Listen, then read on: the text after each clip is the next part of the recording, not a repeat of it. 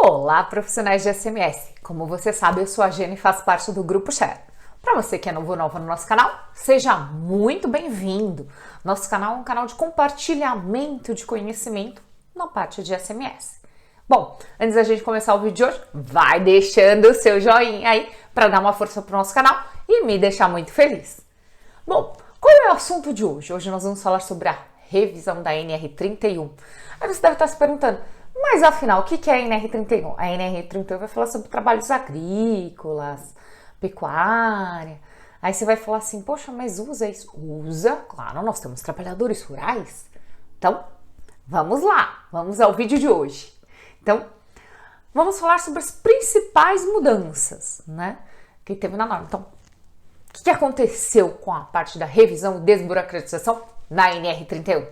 A NR31 é Segurança e Saúde no Trabalho na Agricultura, Pecuária, Silvicultura, Exploração Florestal e Aquicultura. Foi alterada pela Portaria 22.677, do dia 22/10/2020. Então, tá fresquinha. Foi publicada no Diário Oficial no dia 27/10/2020 e entra em vigor um ano após a sua publicação. Então, vai entrar em vigor no ano que vem, a partir do dia 27/10/2021. Então, fica ligado, anota aí na sua agenda. A NR31 é uma NR setorial. Então, o que é a NR setorial? Ela é para execução do trabalho em setores ou atividades econômicas específicas. Então, agricultura, pecuária, silvicultura, exploração florestal e aquicultura. O anexo 1 e anexo 2 são do tipo 1, ou seja, ele complementa a parte geral da NR31. Então, tem anexos essa NR.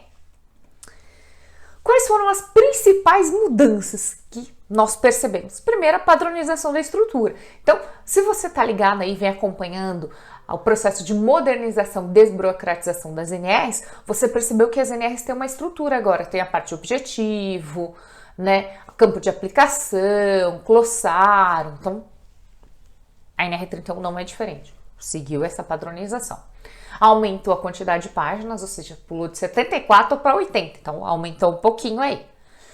O objetivo teve uma alteração. Então, antes, o que dizia?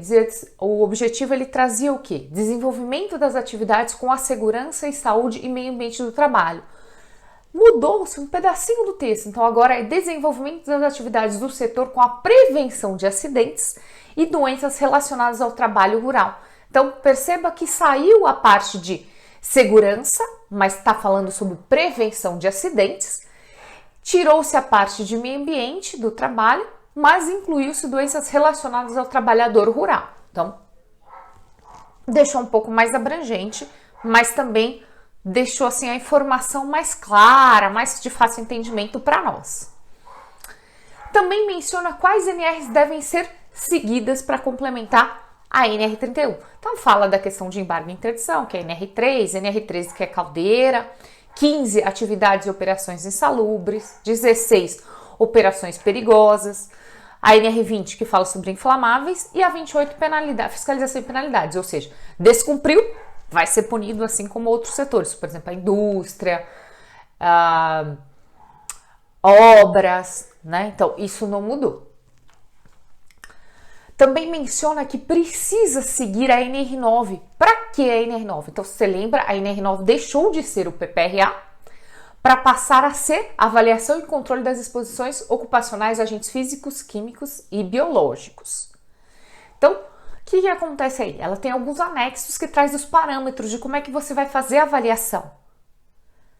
Então, para os trabalhadores rurais também, quando eles estiverem expostos a agentes de risco, também vai usar a NR9 como padrão para fazer as avaliações ambientais.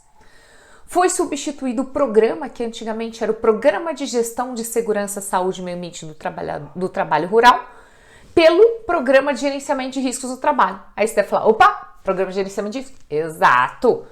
Então, para entrar em sinergia com a NR1. Então, mudou-se o nome do programa também. E esse novo programa, ele vai contemplar os riscos físicos, químicos, biológicos, de acidentes e aspectos ergonômicos, assim como menciona a NR1. Então, percebe que está vindo a sinergia entre as normas. Além disso, o que deve ter esse programa? O mínimo que deve ter: inventário de riscos e plano de ação.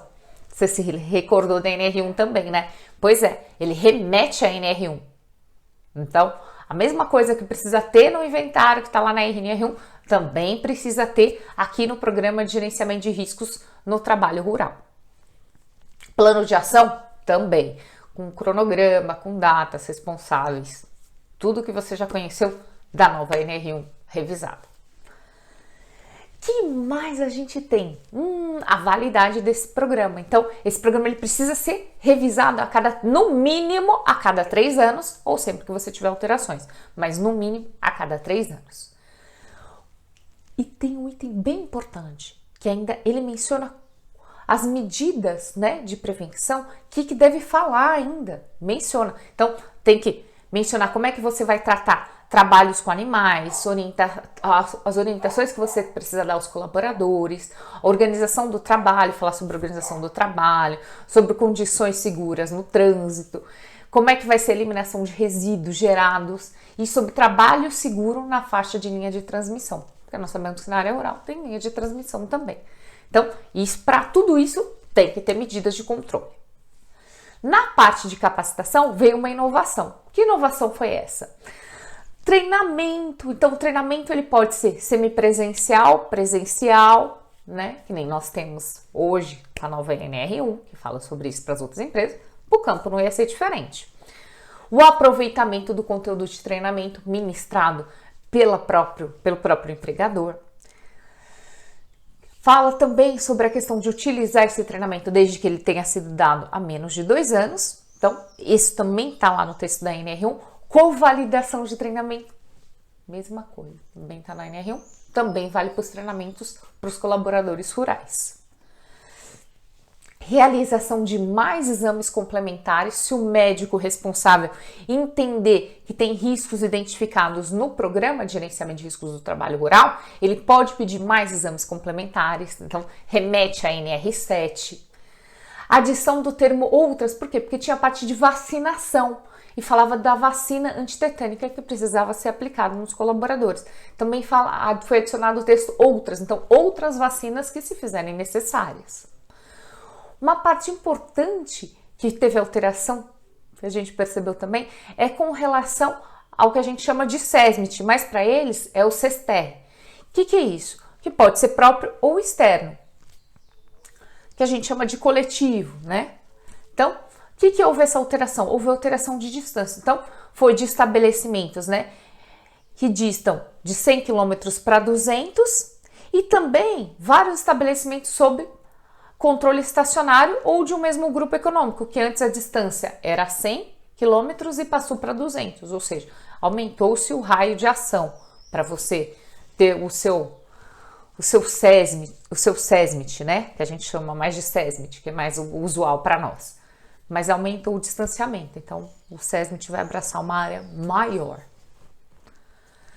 O que mais? Então, o SESMIT deles, que é o Serviço Especializado em Segurança e Saúde no Trabalho Rural, houve a eliminação do quadro 2. Então, no quadro 2 ele falava sobre o SESMIT externo, né, que seria o externo, quando você contrata uma empresa para fazer a gestão disso. Então, houve essa alteração. O quadro 1, que falava sobre o individual, o SESMIT individual, ou o mais comum que a gente usa, ele foi reestruturado e houve a adição de informações complementares no rodapé, ou seja, passou de 2.000 colaboradores, aí tem algumas informaçõezinhas lá no rodapé que você tem que seguir. E também um item bem importante falando sobre análise ergonômica, então está bem explícito na norma agora, que ele fala: caso você implemente algumas ações que o resultado não seja eficaz, cabe estudos e fazer a análise ergonômica para você ter melhores resultados, para fazer uma análise mais minuciosa. Então, é um dos itens que traz a análise ergonômica assim, mais explícita a NR17. Então, é bem bacana, né? Teve bastante alteração, assim, essas foram as mais significativas. Eu espero que você tenha gostado do vídeo de hoje. Dúvidas e comentários, deixa aí abaixo, eu vou ter o maior prazer em responder. Quiser deixar um elogio aí pra gente, eu vou gostar muito, muito, muito. Toda semana nós temos vídeos, entra na nossa página, curte o nosso canal do YouTube, que é muito legal. Grupo Share, compartilhando conhecimento com você.